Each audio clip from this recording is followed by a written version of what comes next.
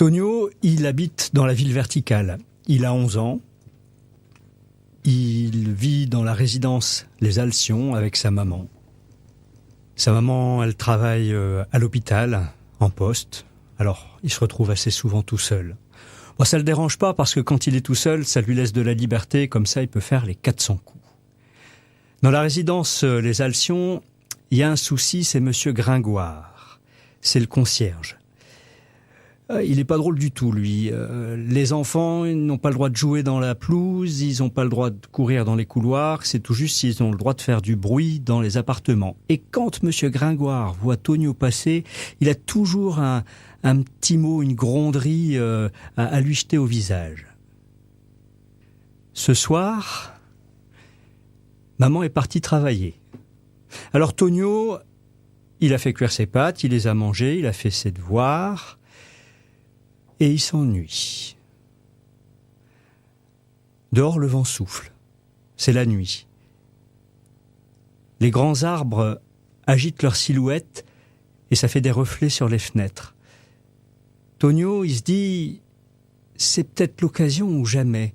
L'occasion ou jamais de monter tout en haut de la tour.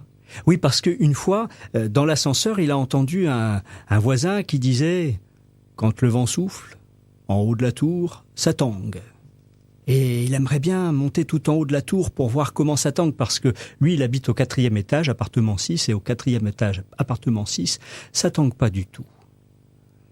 Et puis il a une autre envie. Il aimerait bien monter, mais vraiment tout en haut de la tour, il voudrait aller au-delà du 20e étage, il voudrait aller sur le toit terrasse, parce que là, il pourrait regarder toute la ville, embrasser tout le panorama. Et comme la tour des Alcions, elle est construite en haut d'une colline, et que la colline, on la voit plus parce qu'il y a tellement de blocs de béton partout qu'on l'a oublié, il sait que là, la vue sera vraiment chouette. Bon, bien sûr, maman lui a dit que c'était défendu d'aller là-haut, tout seul. D'abord, c'était dangereux, et puis, on peut toujours faire de mauvaises rencontres dans les tours, hein, on ne sait pas qui habite là. Mais Tonio, il se dit que ce soir, c'est peut-être l'occasion. Alors, pourvu que Monsieur Gringoire traîne pas dans les couloirs, parce qu'il sait que s'il se fait prendre par Monsieur Gringoire, ouh là là, ça va mal se passer. Il prend l'ascenseur, il arrive au 20e étage, et il est dans le couloir tout noir. La lumière est fermée. Alors il va au bout du couloir, parce qu'il sait que là, il y a une porte qui donne sur un escalier qui est extérieur à la tour. C'est un escalier de secours, et là, il pourra regarder la ville. Et il sent effectivement, tout doucement, la tour qui se balance. Et ça, c'est déjà magique. Mais au bout, la porte, elle est coincée. Alors il va voir de l'autre côté. Et quand il passe en dessous de la trappe qui mène au local technique, là où il y a le moteur des ascenseurs, eh bien la trappe s'ouvre. L'escalier en ferraille se déplie, il a juste le temps de se cacher dans un coin d'ombre. Et là, il voit Monsieur Gringoire qui descend et qui part dans le sens opposé avec sa lampe torche.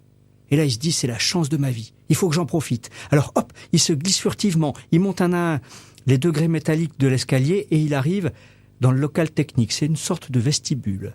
Il y a 4 portes. Sur la première porte, il y a un panneau avec une tête de mort, et puis un éclair en dessous. La deuxième porte, il est marqué « Local technique de l'ascenseur, personnel autorisé uniquement, danger de mort ». La troisième porte, c'est celle qui donne sur la terrasse. C'est une porte vitrée. Et puis il y a une 4e porte, et cette 4e porte, elle est toute blanche, et derrière, il y a juste de l'obscurité. Et puis d'un coup, il entend Monsieur Gringoire qui revient. Alors, il se glisse derrière cette 4e porte, et là, il entend le cliquetis de l'escalier en métal qui se replie, et puis la porte, la trappe qui se verrouille. Ah ben, le voilà enfermé. Bon, ça c'est embêtant, mais il a jusqu'à demain matin pour pouvoir réfléchir à comment se sortir de là. Bon, en attendant, il fait le tour du vestibule. Il visite les lieux, mais ça, c'est vite fait. Les portes avec les panneaux sont bien verrouillées, puis la porte qui donne sur la terrasse aussi. Il y a juste le carreau qui est cassé et il manque un petit morceau de vitre. Tonio, il peut juste passer son doigt. Bon, S'il avait pris sa lampe torche ou sa lampe de poche, il pourrait peut-être essayer de voir comment fonctionne le mécanisme. Alors à tâtons, il essaye de voir s'il peut pas ouvrir la trappe de l'intérieur. Et à ce moment-là, il y a une bourrasque qui souffle sur la porte. Elle tremble sur ses gonds et lui, il sent un souffle lui ébouriffer les cheveux. Alors il va voir à la porte. Dehors, il y a la lune qui luit, on voit quelques étoiles. Et quand il se retourne, il est plus seul dans le local. Il y a un personnage qui est là, tout curieux, tout bizarre, qui le regarde. Qu'est-ce que vous faites là ? Parce que Tonio, il est mort de trouille, il sent la peau qui frissonne sous la peur, mais il a une espèce de courage à revendre et il brave tous les dangers et il est face à l'homme et il lui dit « Qu'est-ce que vous faites là ? Vous n'avez pas le droit ?» « Oh, moi je crois que toi non plus, t'as pas le droit d'être là. Ça fait qu'on est à deux. » D'où vous venez ? Où est-ce que vous êtes ? Par où vous êtes rentré ? Oh, moi je suis rentré par là, dit l'homme en montrant le petit trou. Par là, mais vous pouvez pas rentrer par là, c'est pas possible. Mais si, c'est possible. Et là, l'homme se transforme en une espèce de brume transparente et il file par le trou et se reforme de l'autre côté. Et puis aussitôt, il fait le retour.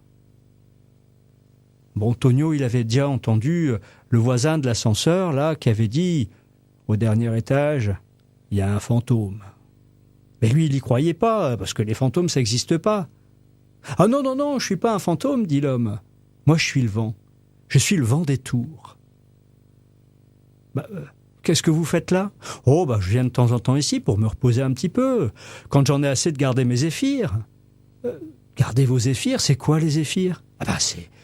C'est des animaux vents, c'est... Tonio, il comprend pas trop, il lui dit, mais si vous êtes le vent... c'est bizarre, mais alors, c'est vous qui soufflez ? Oui, c'est moi qui souffle, et puis les zéphyrs que je garde aussi.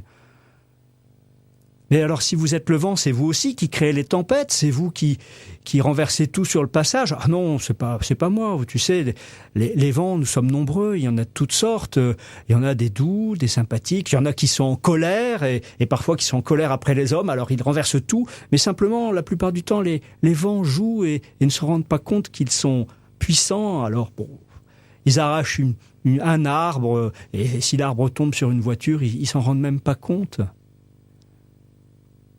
Bon, mais toi, tu es bien embêté parce que tu es enfermé, là, hein ? Oui, je suis enfermé. Ce qui est dommage, c'est que la porte, là, par où vous pouvez passer par le petit trou, moi, je peux pas, parce que j'aurais bien voulu aller faire un tour sur le toit terrasse pour voir le panorama. C'est vrai, tu veux sortir ? Attends, je vais t'arranger ça.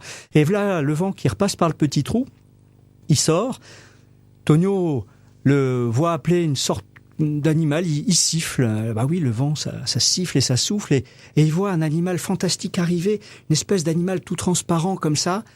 Le vent se met à le chevaucher, et d'un coup, il prend un élan, et d'un coup, la bourrasque éclate la porte, et elle bat contre le mur, le verre explose, et elle est grande ouverte. Et Tonio, il a juste eu le temps de se recroqueviller pour pas prendre les éclats de verre, et puis, il sent l'animal qui s'approche de lui et qui le renifle de son haleine fraîche. Et le vent lui dit « Ne crains rien, les zéphyrs, ça ne mange pas les enfants, ça ne se nourrit que de nuages. » Allez, viens regarder le panorama puisque c'est ça que tu veux. Mais attention, ne t'approche pas trop près du bord parce que si tu venais à tomber... Mais Tonio, il a tellement envie de s'approcher du bord, justement de regarder la ville, de la voir à ses pieds. C'est comme une galaxie, ça scintille partout et c'est beau. Et le vent lui dit, fais attention parce que si les zéphyrs viennent autour de toi, s'ils se mettent à jouer, tu risques de t'envoler. Et ça y est, les zéphyrs sont intéressés par ce petit gars sur le toit des tours et le voilà qui s'envole. Et en dessous de lui, c'est l'ombre, l'obscurité. Et 20 étages plus bas, c'est le pavé. Et il se met à tomber, il ferme les yeux, et il tombe. Et quand il se réveille, il est dans son lit. Il est tout habillé. Il est tout en sueur. Sa fenêtre s'est ouverte. Il y a les rideaux qui dansent dans le souffle de vent. Alors il se lève et il va refermer la fenêtre, et au moment où il va la refermer, il y a juste de l'autre côté le vent qui chevauche son zéphyr, et qui lui dit « Tu devrais faire attention, tu as un don de double vue, c'est rare, préserve-le, et quand on te dit de ne pas t'approcher d'un endroit parce que tu peux y tomber, eh bien tu t'approches pas. » Et puis là, le vent est parti avec son zéphyr, Tonio lui a fait un signe, il a refermé la fenêtre, et c'est là qu'il a entendu la porte s'ouvrir, et il s'est dit « Ouf, au moins comme ça, maman, elle sait que j'ai pas passé la nuit dans le local technique. Au moins, je serai pas puni. »